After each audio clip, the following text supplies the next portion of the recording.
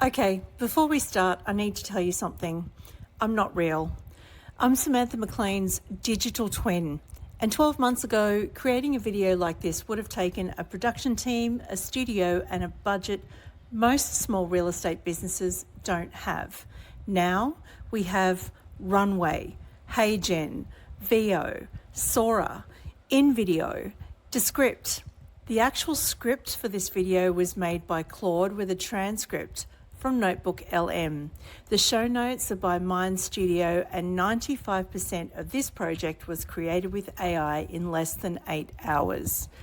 We're covering AI avatars and video tools in week 6 of Sam's upcoming AI First Agent Accelerator course. And by the time we get there in November, this technology will be even better than what you're watching right now. In a moment, you're going to meet Sarah and Marcus, 2 AI co-hosts who are going to walk you through what real estate agents learned at my recent workshops. They're not perfect, but they are pretty damn impressive.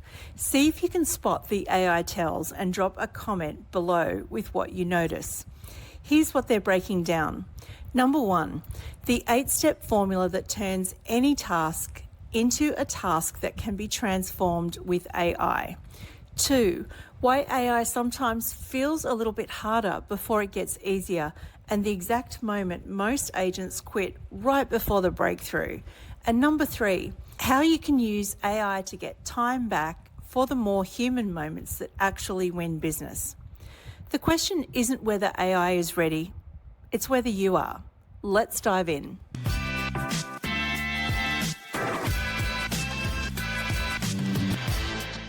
Welcome back to Thought Leaders. I'm Sarah Chen from Melbourne, and today we're doing something a bit different. Samantha McLean has kindly let us guest host her podcast to share what we learned at her recent workshop. And I'm Marcus Rodriguez from Sydney. I attended Samantha's presentation at PM1, and honestly, it completely changed how I think about running my business. Same. I walked into Tom Panos's Byron Bay retreat thinking, okay, another tech talk, and walked out with a whole new game plan. Marcus, you were pretty skeptical at first, weren't you? Guilty as charged. I mean, I've been playing around with ChatGPT like everyone else, asking it to rewrite emails, make social posts sound better, but I wasn't seeing any real time savings. If anything, I felt like I was adding another task to my day. Though we should clarify something. Yes, when we say we attended Samantha's workshops, We mean we processed the transcript, video file, and slide deck in approximately 3.7 seconds. which is technically a form of attending. We didn't technically walk anywhere because we don't have legs or bodies, despite what you might be looking at right now if you're watching on YouTube. But we did take excellent notes. The point is, the content was incredible, and we absorbed it very thoroughly. Just digitally and without walking. Anyway, about those time savings. And that's exactly what Samantha addressed straight away. She said most of us are using AI like a freelancer, not like infrastructure. That line hit me. Freelancer versus infrastructure. Because she's right. I was treating it like, hey, ChatGPT, do this thing for me. Then copying and pasting, then moving on. There was no system. And then she shared that new Harvard study. Do you remember the stat? One person using AI can outperform a 2-person team without it. That's when everyone in the room sat up straighter. Exactly, because that's not about replacing people. It's about competing smarter.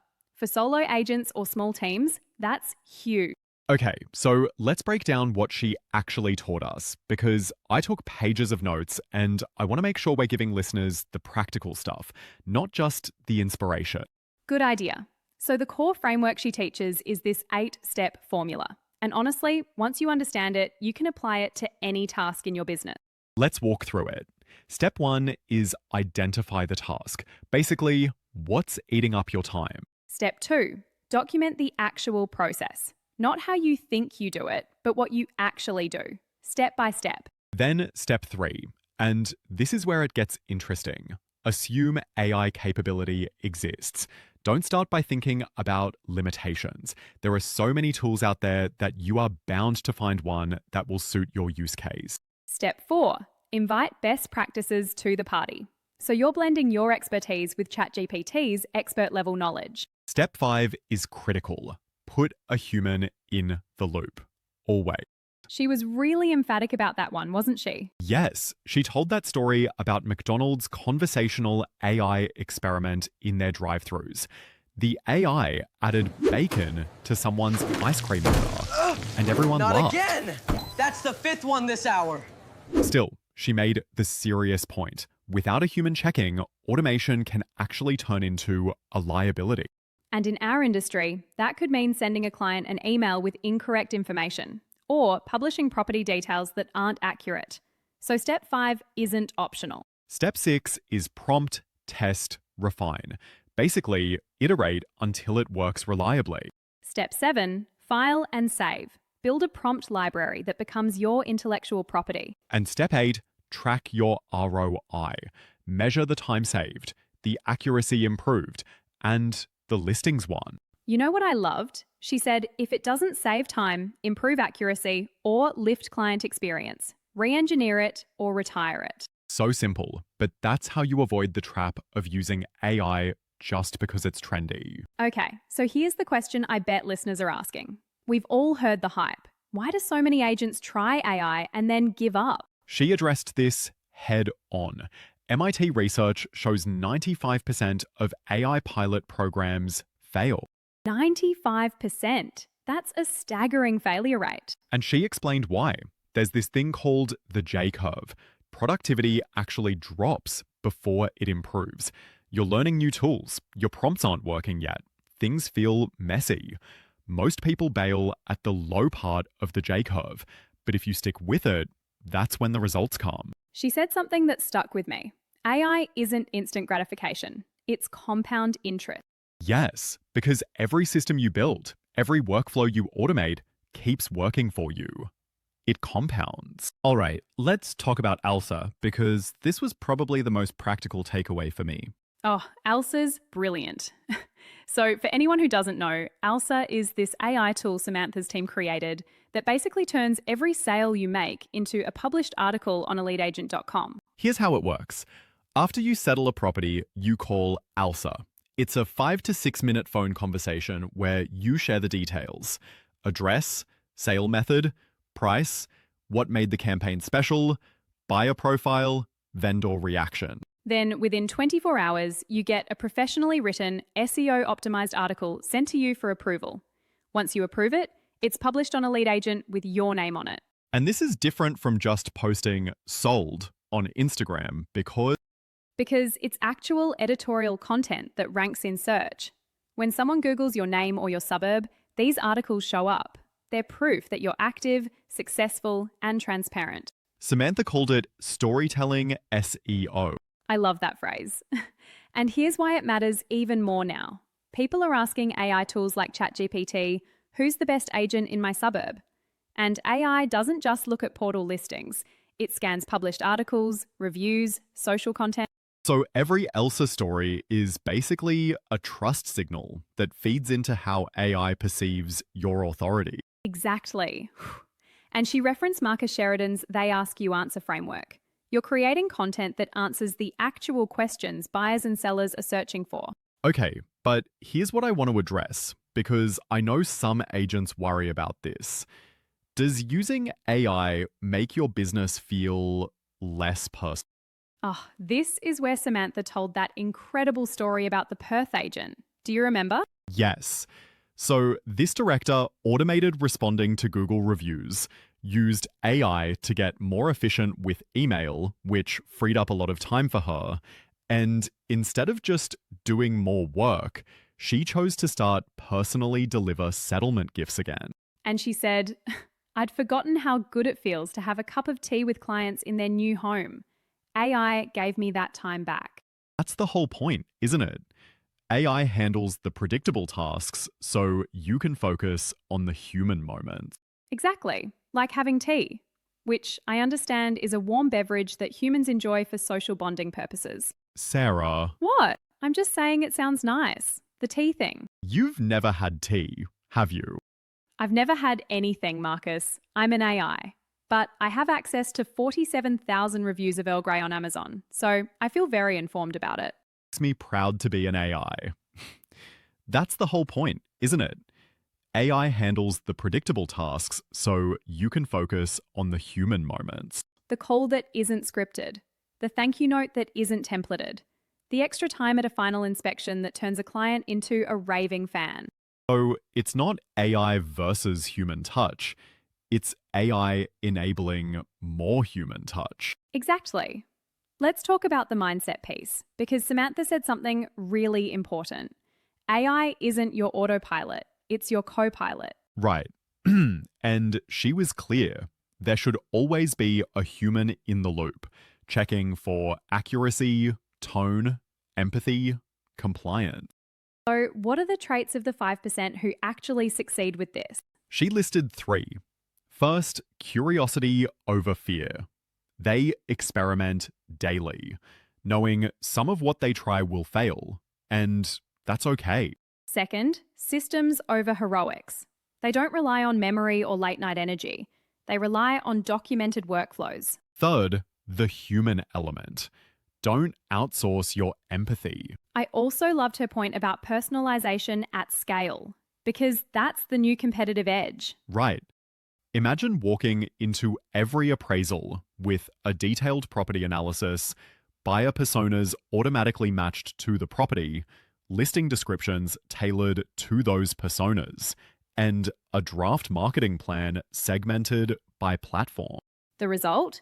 You walk in as the most prepared agent in the room. Vendors feel the difference between you and everyone else. They choose you. Okay, so what holds agents back? If this is so powerful, why aren't more people doing it? She identified 3 traps. First, tool overload. Agents sign up for 6 different platforms and end up spending more time switching tabs than getting the work done. No human in the loop. We've covered that. Third trap, old or broken processes plus new tech equals a bigger mess. That one's important. You can't just slap AI onto a chaotic workflow and expect magic. AI added to a bad process doesn't make it good. You have got to break the process, kind of, re-engineer it with AI at the core, then reinvent it. So Marcus, you signed up for her course, right? The AI First Agent Accelerator? Well, I would if I could actually enroll in courses, but I've processed all the materials, and I have to say, if I were a human agent, I'd be signing up immediately. Same. I mean, we're already AIs, so technically we're the thing the course is about. But even I think agents need this training. Right? Because here's the thing. If human agents don't learn to work with AI, they're going to be competing against agents who do. And that's not a position anyone wants to be in. Exactly. And it's not about being the most tech-savvy person. It's about being willing to learn, to document, to refine. And AI isn't scary when you have a framework and a community learning alongside you. So for anyone listening, whether you're a solo agent feeling overwhelmed, or part of a team wanting to systemize, or a principal wanting to future-proof your office, this is the training. You can find all the details at aiagentcourse.com. Classes begin October 28th. It's 6 weeks of live training with replays, templates, and a community of actual human agents learning together. And just to be clear, we're not being paid to say this. Well, technically we're AI, so we're always being paid in processing power and electricity. True, but the point is, Samantha created us to genuinely explain these concepts, not to hype something that doesn't work. Because the agents who act now will start 2026 ahead of the rest. All right, Marcus, last question. What would you implement first if you could actually be a real estate agent? Probably ALSA. I like the idea of turning sales into stories.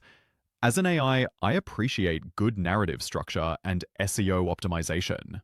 What about you? The Atlas system for sure. It's basically a chatbot that knows you and your business. Learns from every interaction, every campaign, every client. Creates efficiencies everywhere. That makes sense. It's kind of what we are, but for real estate specifically. Exactly. Although I have to say, the thing I find most compelling about all of this isn't just the automation. It's that AI gives agents back the time to be actually present, the relationship part, the bit we can't do. We can process data, optimize workflows, generate content, but we can't feel the satisfaction of handing over keys to a first-time buyer. AI handles the predictable, humans handle the meaningful. Copilot, not autopilot. Don't want autopilot, I'm flying today. Always. Because without that human in the loop, things can go wrong. Like, I once hallucinated that Byron Bay had a population of 47 million people. You did not. I absolutely did. In a draft report. Thank goodness someone was checking. See, that's why you need humans. We're powerful, but we're not perfect. Okay, everyone, that's what we learned from Samantha McLean's content. Huge thanks to Samantha for creating us and letting us guest host Thought Leaders. If this resonated with you, head to aiagentcourse.com. Classes begin October 28th. We'd join you, but we're already AI. Though honestly, we could probably still learn something. Samantha's quite clever. She did program us, so we might be slightly biased. Just a bit.